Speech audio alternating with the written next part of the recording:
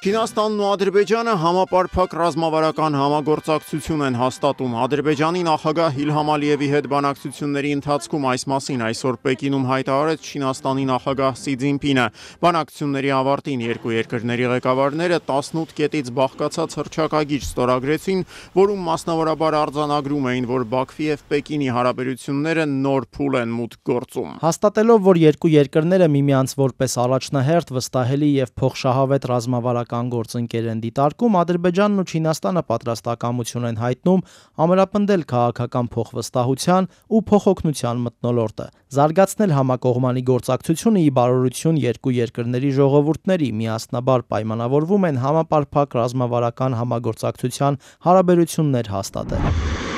Ադրբեջանի նախագահը Պեկին է ժամանել պետական այցով։ Դրա ընթացքում կողմերն այսօր մոտ 2 տասնյակ երկկողմ փաստաթղթեր են ստորագրել, որոնցից անկյունաքարայինը, սակայն ռազմավարական համագործակցության մասին հռչակագիրն է։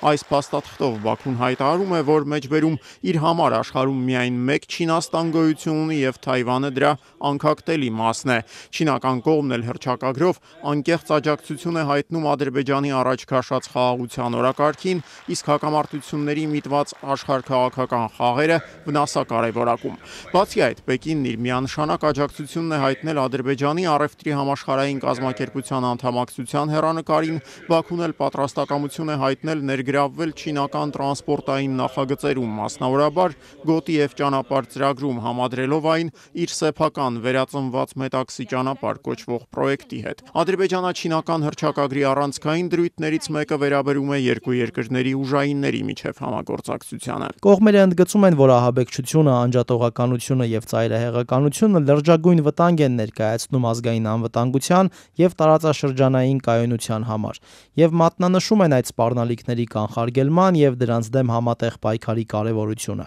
Կողմերը նաեւ ընդգծում են երկու պետությունների անվտանգության ծառայությունների եւ իրավապահ մարմինների միջև համագործակցության ամրապնդման եւ տեղեկատվության փոխանակումների կարեւորությունը։ Սրան էլ գումարած Չինաստանն իր աջակցությունն է հայտնել ադրբեջանական տարածքների մարդասիրական ականազերծմանը, պատրաստակամություն հայտնելով հետագայում եւս աջակցել Բաքվին այս հարցում։ Այսօր Պեկինում ստորագրված այս փաստաթուղթը Չինաստանի եւ Ադրբեջանի միջև հարաբերությունների ջերմացման ամենավառապացույցը դարձավ։ Չինաստանը վերջին տարիներին դարձել է Ադրբեջանի խոշորագույն առևտրային գործընկերներից մեկը։ 2024-ին ապրանքաշրջանառության ծավալը Բաքվի եւ Պեկինի միջև հասել է 3 միլիարդ 700 միլիոն դոլարի, իսկ ուղղակի չինական ներդրումներն Ադրբեջանում մոտենում են 1 միլիարդ դոլար ցուցանիշին։ Ադրբեջանն իր հերթին, եթե հավատանք Բաքվի պաշտոնական տվյալներին, չինական տնտեսությունում մոտ 2 միլիարդ 100 միլիոն ամերիկյան դոլարի ներդրում է կատարել։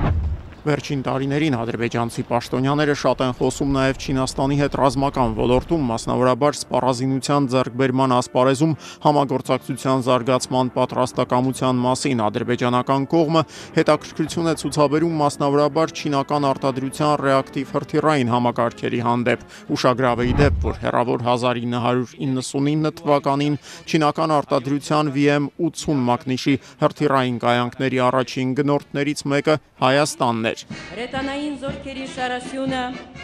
եզրափակում են VM-80 տիպի ինքնագնաց հրթիռային ստորաբաժանումները,